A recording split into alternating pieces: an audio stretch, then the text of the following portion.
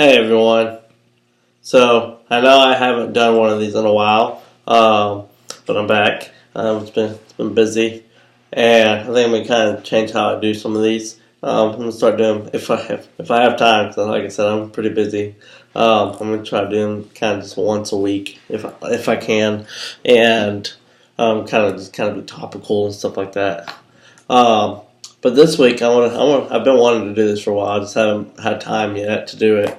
I kept on forgetting to do it. But I want to talk to y'all about something that I was reading about a week ago over in Acts chapter 12, specifically at the end of Acts chapter 12, in those last 5 verses.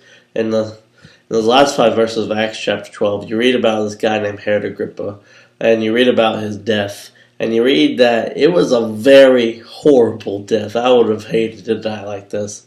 I'm just saying, I definitely don't want to go out like this because this would be quite painful. But anyways, the Bible talks about how God kind of basically killed him off, all because of a pride issue, all because he refused him because he didn't give God the glory for what he was doing, or for what God was doing at this time. Because this is the time that the church is booming, the church is growing, and people are coming to know Christ, and things are going great, and Herod's sitting up there and basically kind of claiming all the glory for all this, basically, and is what I get out of it.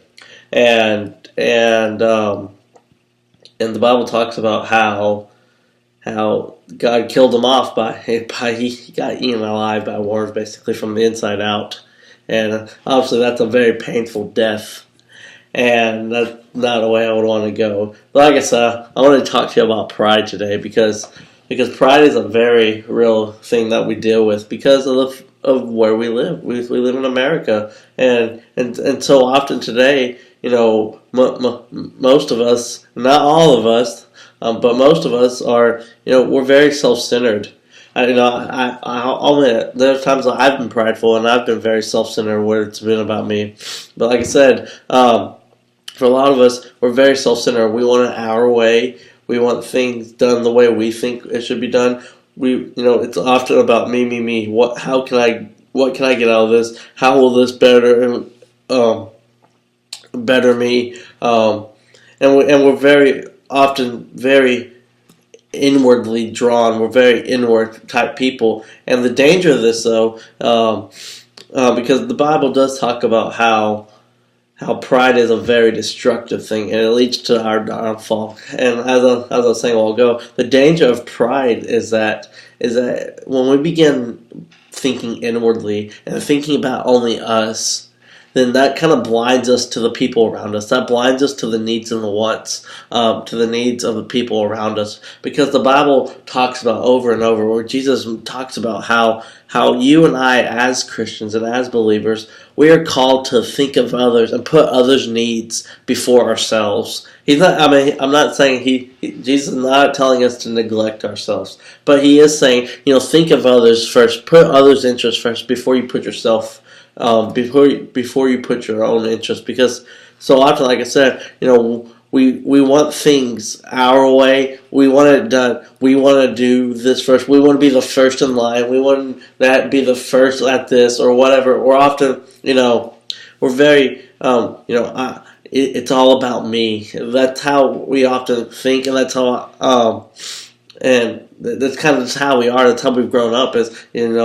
I've had to work hard for what I've earned, and so I'm not going to let anybody take it away. I'm not going to give it away to anybody. I'm not going to do it. I'm keeping it for myself, and I'm going to only do things that I want to do. I'm only going to do things that are better for me. And we begin, like I said, thinking of ourselves only. And this is very dangerous because of the fact that, especially as Christians, this is dangerous because, we begin to shut out the rest of the world, and we begin to care less for people, and we could care less if those other people's needs are met. As long as my needs are met, then that's okay. And that's the kind of attitude we begin to have. And over in John chapter 3, in verse 30, John is talking, and he talks about how, especially as Christians, we've got to make God greater, and we've got to have a whole lot less of us.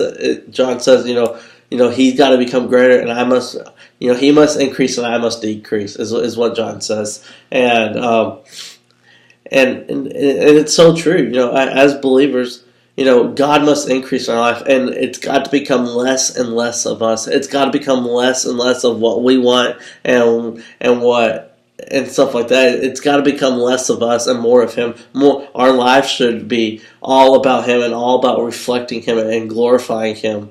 And I think that this is kind of especially true, especially in this Christmas season, because so often, especially. We as humans, we get excited for Christmas because we're getting some new stuff. We're getting more stuff, and we get really excited about that. But have we ever really thought that there's a lot of Americans, a lot of people around the world, even here in America, that really don't get to celebrate Christmas per se because of the fact that they won't get any gifts per se on Christmas. I don't say they can't celebrate Christmas. Christmas isn't about gifts, first of all. But they won't get to open these presents and gifts because of the fact that their families are very tight on money, and it's kind of hard to get them anything, and so I think that this is actually a great opportunity for us to think of others before we think of ourselves. And I know it's kind of challenging for some of us, and it causes us to get out of our comfort zone. But this is what Jesus taught. This is what Jesus is talking about when he says, put others' needs before yourselves. So yeah, I just encourage you that think about. I guess my challenge for you is for you to kind of think about where it is in your life you've become prideful, and begin to lay that at the feet of Jesus, and ask God to help you work on those pride issues, because pride issues are not easy to let go, because you spent your whole life working yourself, building yourself up, and now that you've found Christ, Jesus says, give it away, give your life away, basically. That's not always easy. So yeah, just be encouraged and be challenged, and I'll catch y'all later. Bye.